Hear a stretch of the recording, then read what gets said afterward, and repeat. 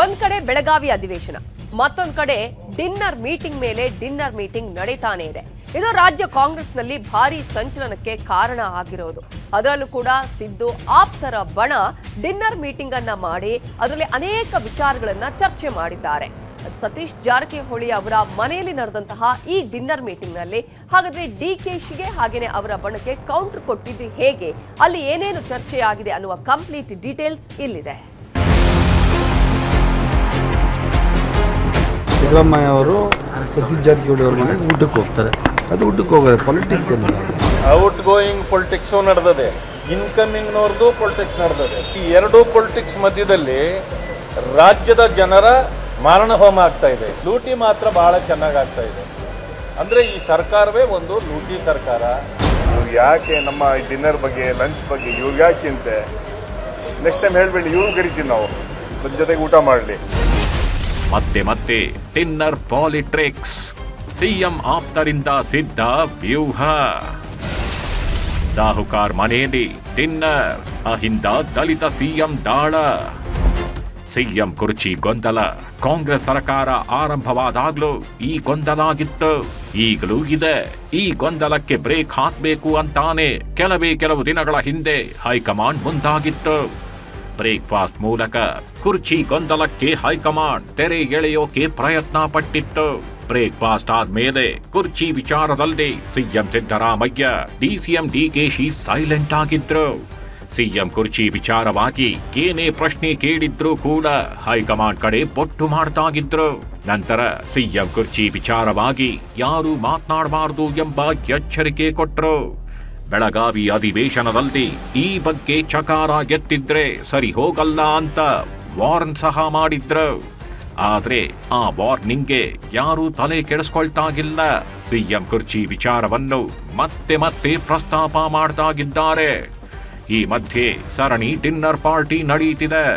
Dinner party ಮಾಡ್ತಾನೆ CM ಪರ ವ್ಯೂಹ ರಚಿಸಲಾಗ್ತಿದೆ. ಬೆಳಗಾವಿ ಅಧಿವೇಶನದಲ್ಲಿ ಚರ್ಚೆ ಮೇಲೆ ಚರ್ಚೆ ನಡೆಯುತ್ತಿದೆ. ಚರ್ಚೆ ಜೊತೆಗೆ ಕಾಂಗ್ರೆಸ್ ನಾಯಕರು ಡಿನ್ನರ್ ಮೀಟಿಂಗ್ನಲ್ಲಿ ಮುಳುಗಿದ್ದಾರೆ. ಈಗಾಗಲೇ ಬೆಂಗಳೂರಿನಲ್ಲಿ ಬ್ರೇಕ್ಫಾಸ್ಟ್ ಮೂಲಕ ಸಿಎಂ ಸಿದ್ದರಾಮಯ್ಯ ಹಾಗೂ ಡಿಸಿಎಂ ಡಿಕೆ ಶಿವಕುಮಾರ್ ಪರಸ್ಪರ ಸಿಎಂ ಬದಲಾವಣೆಯ ಗೊಂದಲ ತಿಳಿಗೊಳಿಸೋ ಪ್ರಯತ್ನ ಮಾಡಿದ್ರು. ಆದರೆ ಅದು ತಾತ್ಕಾಲಿಕವೆನ್ನುವಂತೆ ಸ್ವಲ್ಪ ಶಾಂತವಾಗಿ ಮತ್ತೆ ಗೊಂದಲ, ನಾಯಕತ್ವ ಬದಲಾವಣೆಯ ಚರ್ಚೆಗಳು ನಡೆಯುತ್ತಿವೆ. ಇವುಗಳ ನಡುವೆಯೇ ಸಿಎಂ ಸಿದ್ದರಾಮಯ್ಯ ಬಣ ಗುರುವಾರ ರಾತ್ರಿ ಸಚಿವ ಸತೀಶ್ ಜಾರಕಿಹೊಳಿ ನಿವಾಸದಲ್ಲಿ ಡಿನ್ನರ್ ಮೀಟಿಂಗ್ ನಡೆಸಿದ್ದು ಹೊಸ ರಾಜಕೀಯ ದಾಳ ಉರುಳಿಸೋಕೆ ಮುಂದಾಗಿದೆ. ಸಿಎಂ ಸಿದ್ದರಾಮಯ್ಯ, ಸಚಿವರಾದ ಜಮೀರ್ ಅಹಮದ್, ಡಾಕ್ಟರ್ ಜಿ ಪರಮೇಶ್ವರ್, ಎಚ್.ಸಿ. ಮಹದೇವಪ್ಪ ಸೇರಿದಂತೆ ಹಲವು ಸಿದ್ದು ಆಪ್ತರು ಈ ಮೀಟಿಂಗ್ನಲ್ಲಿ ಭಾಗಿಯಾಗಿದ್ದು, ಸಿಎಂ ಸೀಟು ಕೇವಲ ಸಿದ್ದುಗಾಗಿ ಅನ್ನೋ ನಿರ್ಧಾರ ತೆಗೆದುಕೊಳ್ಳಲಾಗಿದೆಯಂತೆ. ಮತ್ತೆ ಸಿಎಂ ಚರ್ಚೆ ಶುರುವಾಗುತ್ತೆ. ಅಧಿವೇಶನ ಮುಗಿತಾಗಿದ್ದ ಹಾಗೆ ಸಿಎಂ ಕುರ್ಚಿ ಕಿಚ್ಚು ಧಗ್ಗಂತ ಹೊತ್ತಿ ಉರಿಯತ್ತೆ. ಅಧಿವೇಶನ ಮುಗಿದ ಮೇಲೆ ಸಿಎಂ ಸಿದ್ದರಾಮಯ್ಯ ದೆಹಲಿಗೆ ತೆರಳಲಿದ್ದು, ಅದಕ್ಕೂ ಮುನ್ನವೇ ಡಿಸಿಎಂ ಡಿಕೆ ಶಿವಕುಮಾರ್ ದೆಹಲಿಗೆ ಹಾರುವ ಸಾಧ್ಯತೆಗಳಿವೆ. ಆದ್ದರಿಂದ ಡಿನ್ನರ್ ನೆಪದಲ್ಲಿ ಗುರುವಾರ ರಾತ್ರಿ ಸಿಎಂ ಮತ್ತು ಸಿಎಂ ಆಪ್ತರು ಒಂದುಗೂಡಿದ್ದಾರೆ. ಆ ಡಿನ್ನರ್ ಮೀಟಿಂಗ್ನಲ್ಲಿ ಕೆಲವೊಂದು ಗಂಭೀರ ವಿಚಾರಗಳು ಚರ್ಚೆಯಾಗಿವೆ. ಕೆಲವೊಂದಷ್ಟು ನಿರ್ಧಾರಗಳನ್ನು ಕೂಡ ತೆಗೆದುಕೊಳ್ಳಲಾಗಿದೆ. ಸಿಎಂ ಪರ ಡಿನ್ನರ್ ಮೀಟಿಂಗ್ನಲ್ಲಿ ಬ್ಯಾಟಿಂಗ್ ಮಾಡಲಾಗಿದೆ. ಸಿದ್ದರಾಮಯ್ಯ ಅವರೇ ಸಿಎಂ ಸ್ಥಾನದಲ್ಲಿರಬೇಕು. ಸಿಎಂ ಬೆಂಬಲಕ್ಕೆ ಅಹಿಂದ ಸಮುದಾಯ ಆಗಿದೆ. ಅಗತ್ಯ ಬಿದ್ರೆ ದೆಹಲಿ ಚಲೋ ಮಾಡೋಣ, ನೀವು ಗಟ್ಟಿಯಾಗಿರಿ, ಉಳಿದಿದ್ದು ನಮಗೆ ಬಿಡಿ, ನಿಮ್ಮ ಪರ ವರಿಷ್ಠರಿಗೆ ಒತ್ತಡ ಹಾಕ್ತೇವೆ ಅಂತ ಡಿನ್ನರ್ ಮೀಟಿಂಗ್ನಲ್ಲಿ ಸಿಎಂ ಸಿದ್ದುಗೆ ಆಶ್ವಾಸನೆ ನೀಡಲಾಗಿದೆ. ಸಿಎಂ ಸಿದ್ದರಾಮಯ್ಯ ಹಿಂದೆ ಅಹಿಂದ ನಿಂತಿದೆ.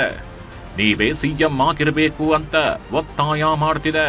ಈ ಬೆನ್ನಲ್ಲೇ ಬೇರೊಂದು ಆಟಕ್ಕೆ ಡಿಕೆ ಶಿವಕುಮಾರ್ ಮುಂದಾಗೋ ಲಕ್ಷಣ ಕಾಣ್ತಾಗಿದೆ. ಆ ಆಟಕ್ಕೆ ಬ್ರೇಕ್ ಹಾಕೋಕೆ ಸಿಎಂ ಸಿದ್ದು ಬಣ ಕೂಡ ಪ್ರಯತ್ನ ಪಡ್ತಾಗಿದೆ. ಸಿದ್ದರಾಮಯ್ಯ ಅವರನ್ನು ಸಿಎಂ ಸ್ಥಾನದಿಂದ ಕೈ ಬಿಟ್ಟರೆ ಯಾವೆಲ್ಲಾ ರೀತಿಯಲ್ಲಿ ಕಾಂಗ್ರೆಸ್ ಪಕ್ಷಕ್ಕೆ ಹಾನಿಯಾಗಲಿದೆ.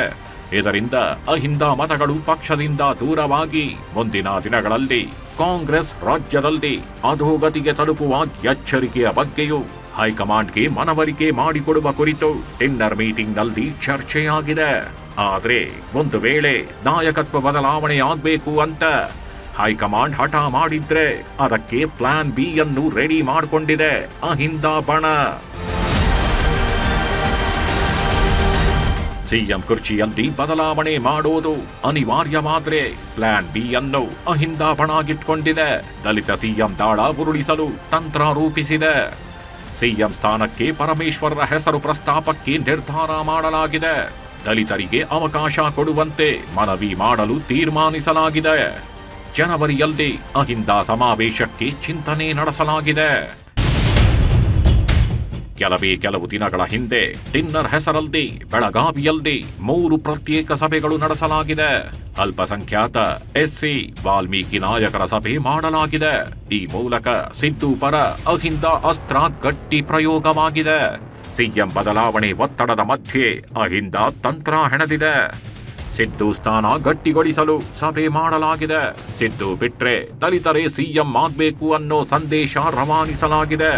ಈಗ ಸಾಹುಕಾರ್ ನಿವಾಸದಲ್ಲಿ ಮತ್ತೆ ಡಿನ್ನರ್ ಪಾರ್ಟಿ ನಡೆಸಲಾಗಿದ್ದು ಅದೇ ಯೋಚನೆಗಳನ್ನು ಮತ್ತಷ್ಟು ಗಟ್ಟಿಗೊಳಿಸಿಕೊಳ್ಳಲಾಗಿದೆ. ಆದ್ರೆ ಈಗ ಸತೀಶ್ ಜಾರಕಿಹೊಳಿ ನಿವಾಸದಲ್ಲಿ ನಡೆದ ಡಿನ್ನರ್ ಬಗ್ಗೆ ಸಿಎಂ ಕಾನೂನು ಸಲಹೆಗಾರ ಪೊನ್ನಣ್ಣ ಪ್ರತಿಕ್ರಿಯೆ ಕೊಟ್ಟಿದ್ದಾರೆ.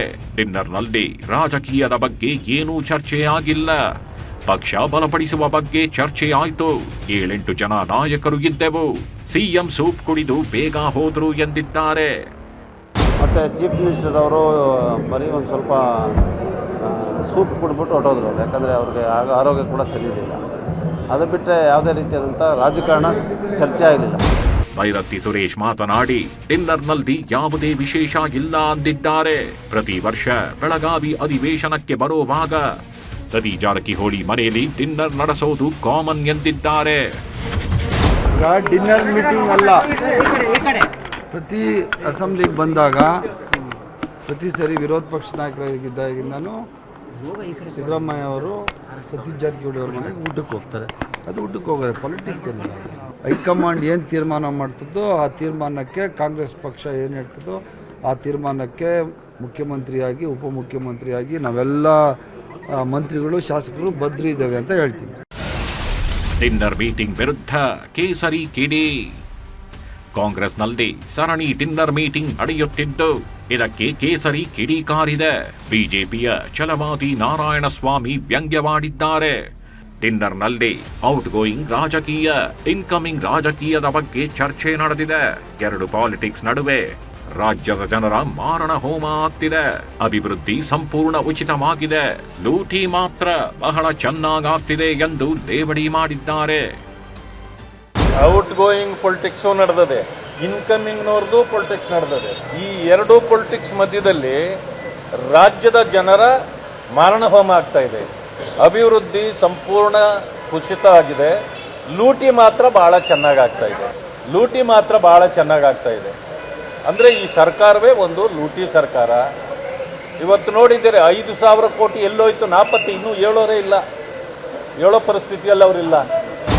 ಒಟ್ನಲ್ಲಿ ಸಿದ್ದು ಪರವಾಗಿ ಹೊಸ ತಂತ್ರಗಳು, ಅಸ್ತ್ರಗಳು ಪ್ರಯೋಗವಾಗುತ್ತಿವೆ. ಡಿಕೆಶಿ ಬಣ ಸೈಲೆಂಟ್ ಆಗಿದ್ದು ಡಿಕೆಶಿ ಟೆಂಪಲ್ ರನ್ ಮಾಡ್ತಾಗಿದ್ದಾರೆ.